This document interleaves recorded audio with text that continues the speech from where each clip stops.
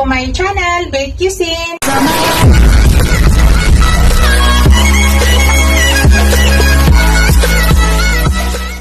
So, yung recipe natin for today is pork with broccoli. Unang step na ginagawa ko guys, ayan po yung aking broccoli. Nakita nyo, ayan. Yan po yung aking broccoli. Tapos yan, maglalagay tayo ng white onion, red onion, at saka bawang.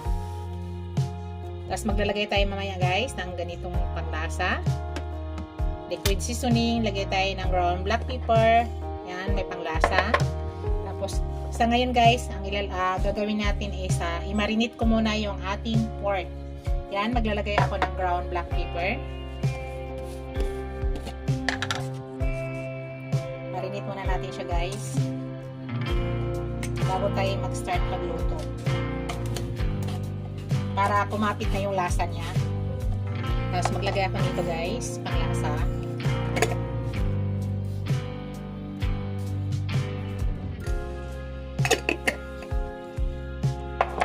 Tapos tuyo. Dark soy sauce po yung aking gamit ngayon.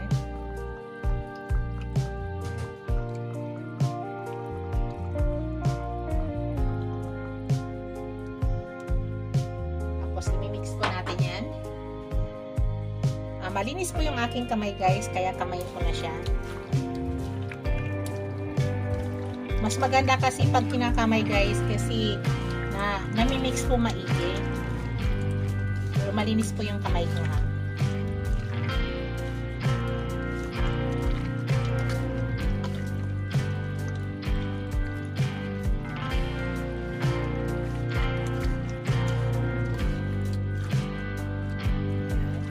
Para kumapit na yung lasa dito guys.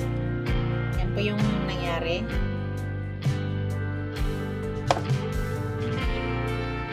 Tapos, maya-maya kaunti guys, start na po tayo pagluto. Pakita ko sa inyo.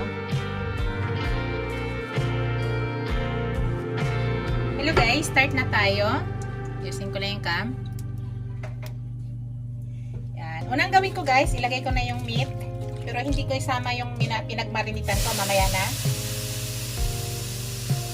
Wala po tayo nilagay na oil guys, kasi mayroon yan kaunting taba. So yan lang muna ang gagawin natin.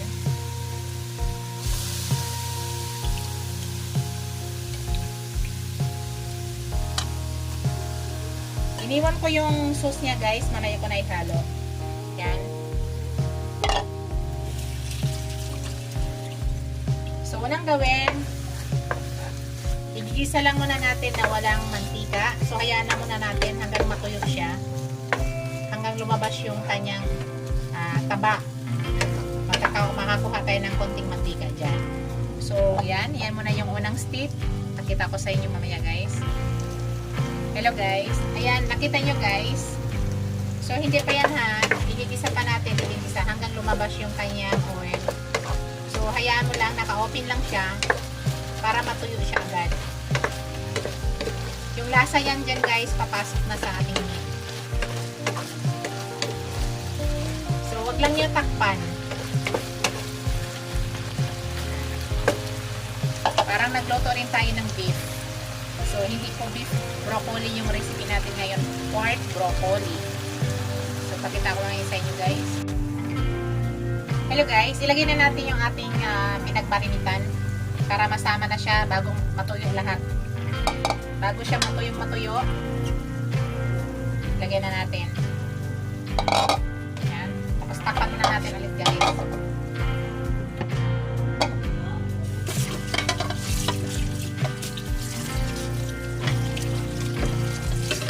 Hintay natin. Check natin guys.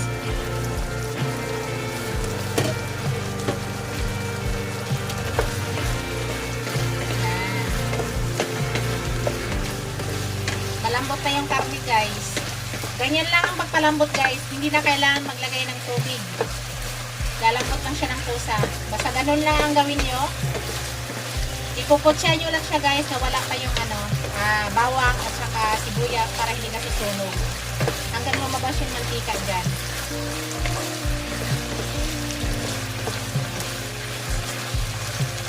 Yan, maya-maya ilalagay na natin yung ating bawang at saka sibuyas, pero maya-maya pa konti. Palabasin pa natin yung yung kanyang oil. Takpan ulit natin yan, guys. Check natin ulit, guys.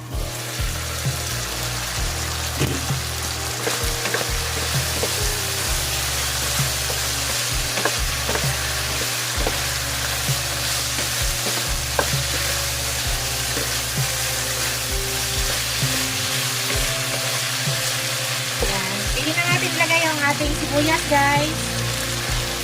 Yung sibuyas na pula. Unahin natin. Yan, may lumabas ng mantika, guys, diba? Mayroon na konti. Enough na yan, guys. Hindi na po tayo maglagay ng mantika, ha? Tama na po yan. Hindi na tayo magtagdag ng mantika.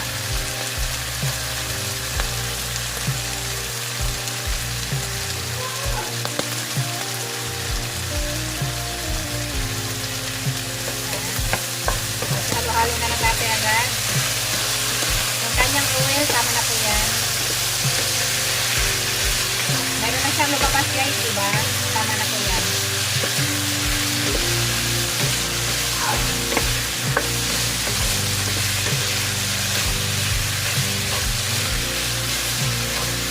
Tapos ilagay na natin ang ating garlic.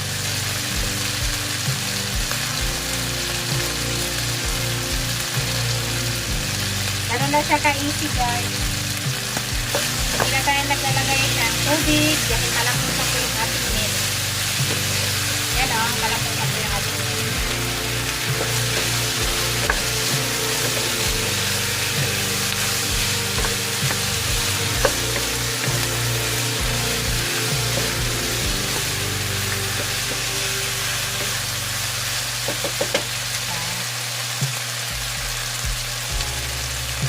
Ngayon, guys, ilagay na natin yung ating broccoli.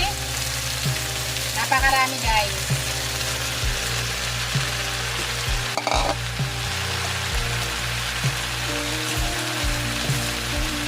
Tapos i-mix lang natin.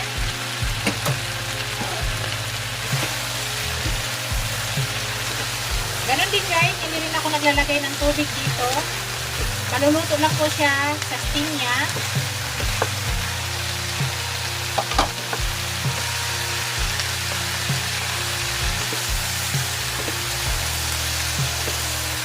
Napakarami na broccoli.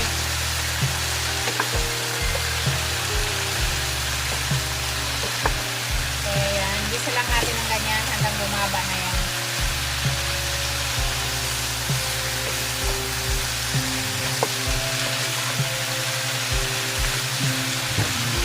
Ayan, dito guys, maglagay na ako ng liquid seasoning.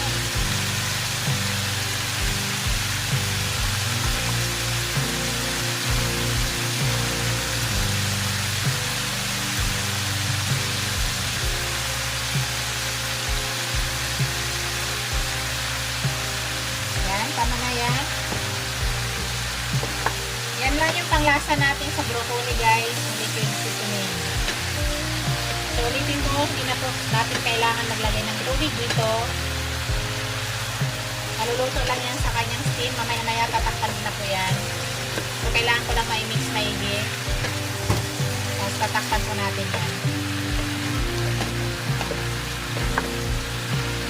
Mayroon akong iniwan na white onion, guys. Ilagay natin mamaya.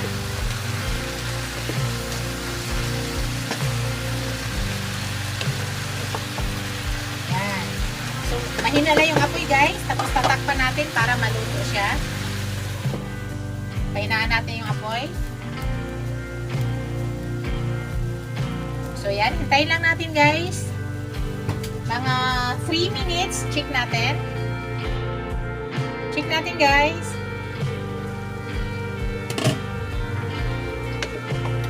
So, nakita nyo, guys.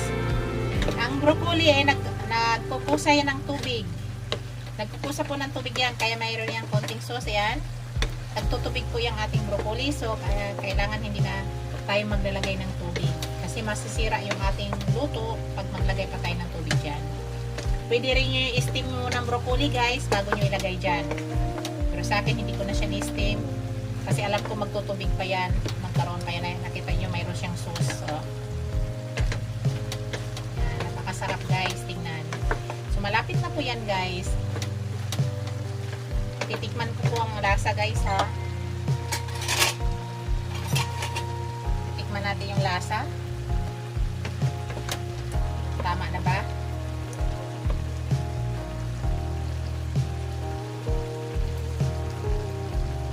Napakasarap guys. Perfect. Ayan. Sarap. Yung ating meat guys ha, ay napakalambot na yan. So ngayon guys, ilagay ko na yung ating naiwang onion, white onion. Para lang siya mayroong ibang kulay.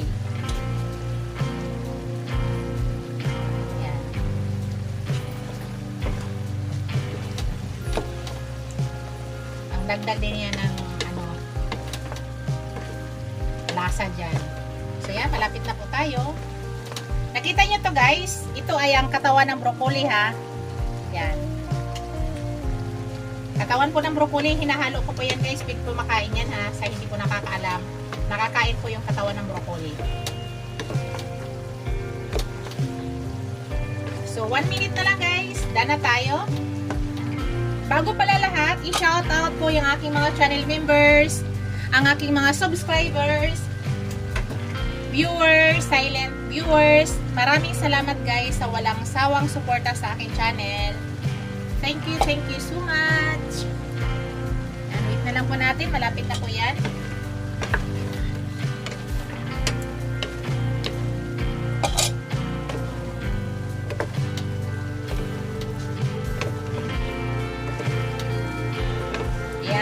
Ito na po yan. Yan, kita nyo.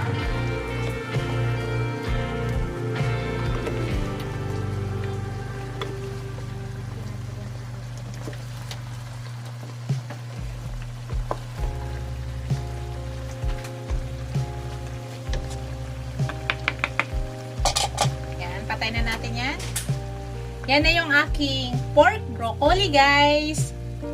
Pork with broccoli. Thank you for watching guys. Don't forget to like, comment, share, and subscribe to my channel. See you in my next video guys. God bless us all. Bye. Ingat po lahat.